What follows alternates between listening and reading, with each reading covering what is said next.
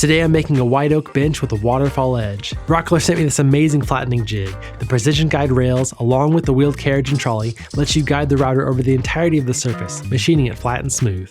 Not only that, but since you're using a router with shearing action, tear out is almost completely eliminated, leaving a surface that requires much less sanding. Plus, having it hooked up to dust collection has been such a lifesaver.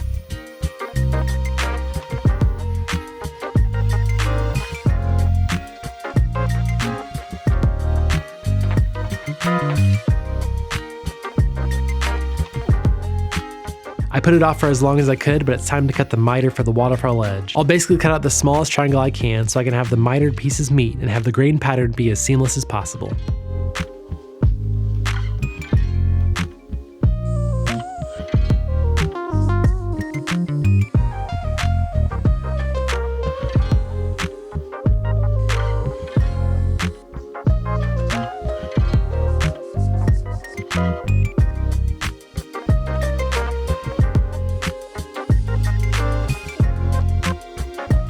Reach out if you have a custom project in mind, and once again, thank you to Rockler for the amazing flattening jig.